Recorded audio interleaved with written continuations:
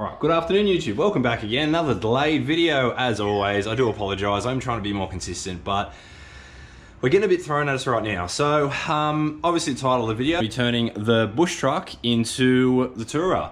Now, the reasoning behind that is simply where we're living is selling. So, we are building a house, and that is unfortunately like 19 months this month late. So because of that, we're still renting, and where we're renting, they've decided to sell. So we've got to be up and moved out.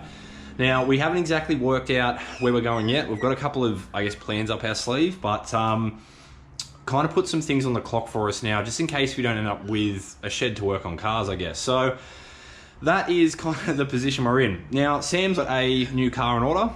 We were sort of banking on that to be the Tourer going away car for summer. That's fallen back late, so that's going to be third month of next year. The Patrol obviously isn't an off-roader. That is obviously the nice, you know, might go up the beach or something like that. It's just not going to go tough touring, and if you see what we point the Land Cruiser at, you'd understand.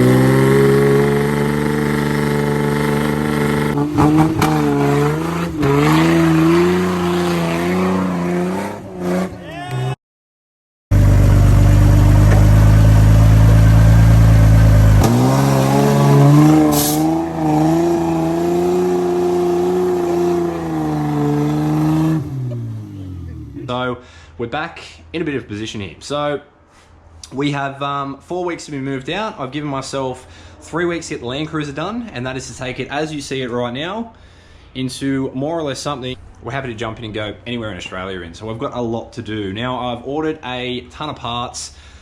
I will be working those 3 weeks. Luckily, daylight savings is only around the corner, so that should help us a little bit. But the plan is to, on my days off and the odd afternoon, just get all the parts thrown at this and do a big once over and get it sorted. So the car as it sits is 5" and 37, so that isn't going away. From front to back is going to have a touch up, a nut and bolt check, a bit of a tidy up, the whole lot. So I've got a new bull bar going on the front. I've got a 105 bar. So I've had the 105 bar for probably a year and a half now. Just haven't had the time to put it on.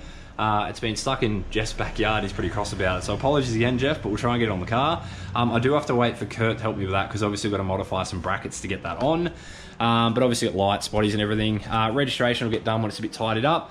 Under the engine bay, it doesn't actually need that much. So as beat up as it is, it's actually mechanically pretty good. So I comp tested the motor the other day. That came up awesome. It's got new leads on it. It's had a full service done recently. I've got a new radiator. Now, if you're anyone like me, and you sit on the top of your radiator, you will have snapped this top hose off. So I ordered a new radiator, and I spent the extra 70 odd bucks, and I got an alloy one. So here's hoping that's going to be a bit stronger and I won't be sitting on that to break it. The master cylinder for the clutch recently went, so I've got a new master to go in today. I've got the sway bar. I'm only putting the rear back in because the front isn't going to help us. I've got a set of headers. I've got a full cat back on the way. Underneath is going to be a lot of sort of maintenance stuff, so to speak. So the front diff is welded, and that tends to wriggle some stuff loose as we travel. The radius arm bolt's going to go back in. I'll touch on that at a later stage. Bearings, swivel housings. We've got some mud flaps. We've got lights to fix things. We've got a lot to do. Really got a lot to cover, actually. So I'm going to get stuck in today as parts turn up. I've also ordered a new alternator, so it's had a bit of a pulley noise in the alternator for years. It's not going to last much longer when we know that, so I've ordered a new alternator to go in it. An AC compressor. Never had AC in it, so that's kind of exciting.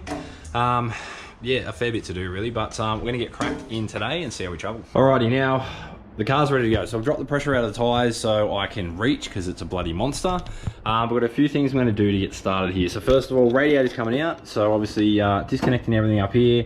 Today I plan on having airbox out, getting rid of the extractors. If the alternator or the AC compressor, whatever, turn off, I may as well do that while I've got the room under the front here. Just try and get most of it done in the engine bay here today. There's a lot of stuff going cosmetically as well, so flares are getting swapped out. I've got the back's pretty nasty, to be honest, but you know, we will get to that.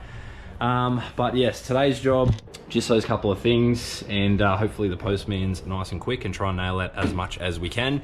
And we'll finish up at Kurt's house for the fab, so that's where we're going to do the mud flaps. So I'm going to pinch an idea off old Buff from Buff's Outback Adventure with these air fitting mud flaps. That way we can disconnect them and put them back on when we choose, because big mud flaps don't last 2 seconds in the bush. So that's the plan. But anyway, I'll set up a bit of a time lapse or whatever, rip this apart and see how we go.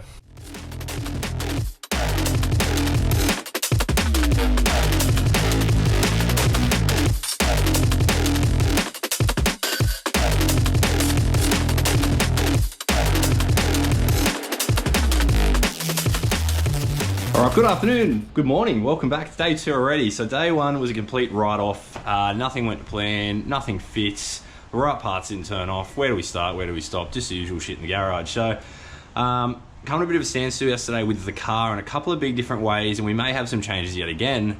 It's just how things happen, I guess. So, fairly well pulled down. So, obviously, radiator's out. Whoever designed that radiator bracket system from TOURER needs to be shot, because that is absolutely ridiculous. Battery, everything, you got bolts through the front. It doesn't make any sense. Headers are off. I'll come back to that. But obviously, didn't have the alternator and the air conditioning turn up yesterday, and that's what I was really waiting on. So I couldn't really do much more on the front. I didn't want to put the radiator back in the front here because obviously it just take up room, so I decided to leave that out until the end. So that's kind of where we got up to. Now everything's turned up this morning, which is awesome. So I've done a super cheap trip and have crap everywhere, ignore that. But we've got taillights and the new flares turned up, so they're just a replacement of the old rattly ones I've got on the car, but I'll swap those over. I plan on having a day just for bodywork, so pull a few dings out, not nicely, just literally bang them out to straighten it up, and then I can go ahead and put lights, flares, all the bodywork stuff on. Luckily enough, the alternator's turned up. I've gone and got the belts, wipers, seat covers. Air conditioning is inside. Just got some paint, some fluids and everything else ready to go. So full steam ahead for today. I'd really like the engine bay done just to get one thing ticked off. There's a few big elements of the car. I've got a list on my phone where I'm ticking off stuff as I go, and I got one thing ticked off yesterday, and that was the master cylinder. It hasn't even been bled yet, so I may have overextended myself a little bit here. Now, the doozy of yesterday was the headers. I got these guys here off Marketplace months and months ago. They're supposed to be for a FZJ80. I thought, yeah, cool, no worries at all. So, ripped the factory ones off, and all went well except for one bolt that stripped, which is that fella there. And I had to cut it off. At that point there, nothing unexpected. You never really win with exhaust most of the times anyway. So, cut that off, and then as I was unplugging the oxygen sensor, I looked over at this other set of headers and realised that, hang on a minute, there's no O2 sensor bung on that one. And I got up, had a bit more of a look, and I thought, that's a bit strange. I thought maybe it goes on the first part of the catback or something. I wasn't too sure, so I continued on my way. And then I pulled the gasket off on the rear 3 cylinders, and there's like an EGR port on it. I'm not sure if you can see, but up the back corner there's a bit of an EGR port. And I couldn't see that in the new headers, and I thought, oh, well, that's gonna leak. How's that gonna work? So I took the gasket off the motor over to the new headers to test fit them, and they're the complete wrong headers. My guess would be, since there's no O2 sensor bung, it's for like a 1HZ. So it looks like I've got completely the wrong headers, which isn't a good start. Now, I can't justify welding and mucking around and wasting hours to put those back on. I would like a set of headers. I want to only go forward from here. If I'm gonna rip it apart, I'm gonna make it better. So, factory stuff's probably off the cards for now. Now, I priced up some new headers last night, and they want some $500-600 for headers, which you can sort of expect. There's nothing secondhand, which I was hoping to get away from. I can't really justify $500-600. You know, I paid $100 for those guys there. And that got me thinking about, here we go, turbocharging it. I've had to dig through this a long time back, and it's a very, how do I say, it makes sense. It does make sense. So what you've actually got in the car here is they do a J-pipe. So these factory 2-piece manifolds that go up the top, you place those in, the J-pipe comes under, and then it mounts a turbo up front there. So physically mounting it isn't a hard job. It's about $800 for round figures for the J-pipe to get it mounted up. Now, a 3582R size turbo, which is what I've got on the Integra down the front, if I can get some of that with an internal gate, pop it on the front, that's literally 90% of the work done. And the big benefit with these cars is because they're such an early method of EFI, they sort of programmed it for positive pressure in one way or another. Because of the flap style MAF on it, it will work with boost up to a certain point. So the early model this one is here. So up to 95 will handle up to about 5 PSI boost. Up to the 98s, they'll handle about 7 PSI boost. So it's just a little bit, it's not too much, but it'll make it work. Seems like a pretty straightforward process. You don't really, you should, but you don't need to intercool it. I'm not towing with the car, really working it too hard. As long as I keep it on 98, save myself from, you know, any sort of heat or pre-detonation, I should be all right. So if I was just to go the turbo, just a Z pipe into the intake, getting the MAF to work on the intake might be the tricky bit, but I'm sure we can work that out. this could be done for sub sort of 1,500 bucks. So do you spend 500-600 bucks on headers, or do you spend this money and get a bit more power from it? It would really help with these 37s, because I know for a fact trying to maintain highway speed with 37s isn't going to be too easy. So, but anyway, that's what we're up to from here. Just waiting for the garbage truck to leave. All right, I'm just gonna get stuck back into this. I'll start with AC compressor, because I've been leaving everything up in that little nook. Obviously you can see when radiators in, fans in, it's a bit harder to get to. So we'll get that fella there knocked out now. Come back and do the AC compressor while I've got time, and just try and get, you know, radiator in, everything done properly and finished, and go from there. Alrighty, update. So alternator is in, as usual, didn't fit properly, so I've had to modify the bottom bracket just on the adjuster to suit. So I've had to drill the holes out just to be able to get a bit of movement out of it, but that is in. Now before I go and tighten all that down, I might try and get the radiator in now, for the sheer fact of the air compressor it's in the clear, there's nothing around it. So this is a business side over here. So yeah, I might try and get that radiator in now and try and work it out. It's got a very funny mounting system. So on the factory radiator, this is kind of separate from the radiator itself, and you've got to kind of mount it. It's just strange, I don't know. So hopefully this goes in a bit easier. Alrighty, update time again. I'd love to have like a camera set up or someone filming, but I don't have either of those, and the GoPro isn't going to last sitting on a pedestal. So we'll just go through this as updates as we travel. Now I've got the radiator in. Guess what, didn't fit properly. I've had to space it with some nuts either side, but it's in there. It's pretty solid, it's not too bad. It's a different, similar but different mounting method to the other one. The other one, you kind of mount sort of the radiator inside of the bracket and the bracket in's a bit strange. This one just goes in as one piece. So I've got that in. I'll tighten up belts and everything now. Now what I had issues with before is the hole through here. Now this special little doodad sort of pokes through one side. It's got a bush in the middle to separate off the chassis, but where the bolt goes in the front is just not. On this side you've got these AC pipes in the way. This side is a lot better, but not the easiest. It's still a battery out job. Now I did, because the back of it isn't a nut obviously, and it just spins, so I killed one of them. At least I've got one should do. It's pretty stable, so I'll get that in and done. I just aim to have this side of the engine bay together, tidied up, tension, the whole nine. So at least we're finished for one side of it. So that's two parts that haven't fitted properly so far, which isn't ideal. And I'm hoping this AC compressor goes well, because aircon would be nice, rather nice. So I'll get this banged out, and we'll see we end up with this AC compressor. You wouldn't read about it, but the aircon compressor doesn't fit. It's completely wrong. The bolts are in the complete wrong spot. It's single V-belt. These are a dual V-belt.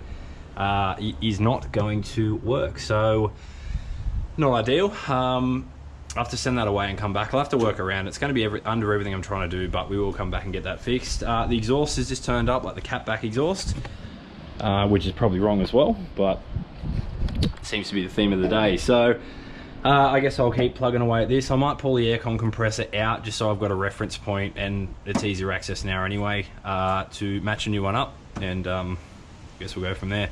Get this together and might start on the exhaust anyway, but there we go. Alright, update time. So it's been a couple of hours here squandering away, getting stuff done. So as you can see, I've got the engine bay more or less together for what I want done. So the AC compressor obviously didn't fit, so I've got that ripped out at least. So I've got the unit on the ground to compare. I'll just keep all the hardware for that one separate, and try and work out, you know, where I'm going to find that. Radiator's in, I filled it up with coolant, I've run the car, open headers, my neighbours aren't going to be very happy with that. But battery tray's back in, everything seems pretty nice and sturdy, so I'm quite happy with that. So the next step is going to be probably like this header scenario. I was going to paint these guys and chuck them back on, but there's probably no point. They're just going to look nasty anyway, so I might get these run back in now. At least I'll be aiming the exhaust down and out under the car, not into the airbox and the back of the firewall there. So I'll probably get that chucked on now. I'm really running out of big jobs I can do. Probably get the cat back on at least, just centered. I'm assuming I'm going to be missing mounts and all sorts of bits and pieces, and you know, the further I go into this, oddly enough, the parts list is getting bigger the more I do, which is all a part of it really. So, but anyway, once again, I'll probably just get these headers run on now, just chuck them back on with the old gaskets, they seem fine. I'll try and get the sway bar on. I'm just not getting enough done for 2-3 weeks of work here, I guess, so I've really got to knuckle in to get this done. So back into it, and I'll see you back shortly. Alrighty, quick update, probably the last update of the day actually, running into some bad weather once again. Just a bit of a checklist to show you where I'm up to. So, to-do list, I've got bodywork and tidy, so I'm gonna spend a day basically putting flares on, removing stickers, bashing out dings just to suit lights, so there will be a day just for that stuff there. Fit the bull bar, that's gotta happen at Kurt's house obviously. Bearing check, so Land Cruisers are bad enough for wheel bearings, let them without 37, so go around and check all the wheel bearings, grease them up, do what I've got to do there. I've got to make a rear number plate bracket for the spare tyre carrier. What else we got? Aircon compressor, I've got to try and reorder that. Cap back, so I've laid it out under the car to see where it's got to fit, and the little rubber brackets for it, they're gone, so I need to find new ones of those guys.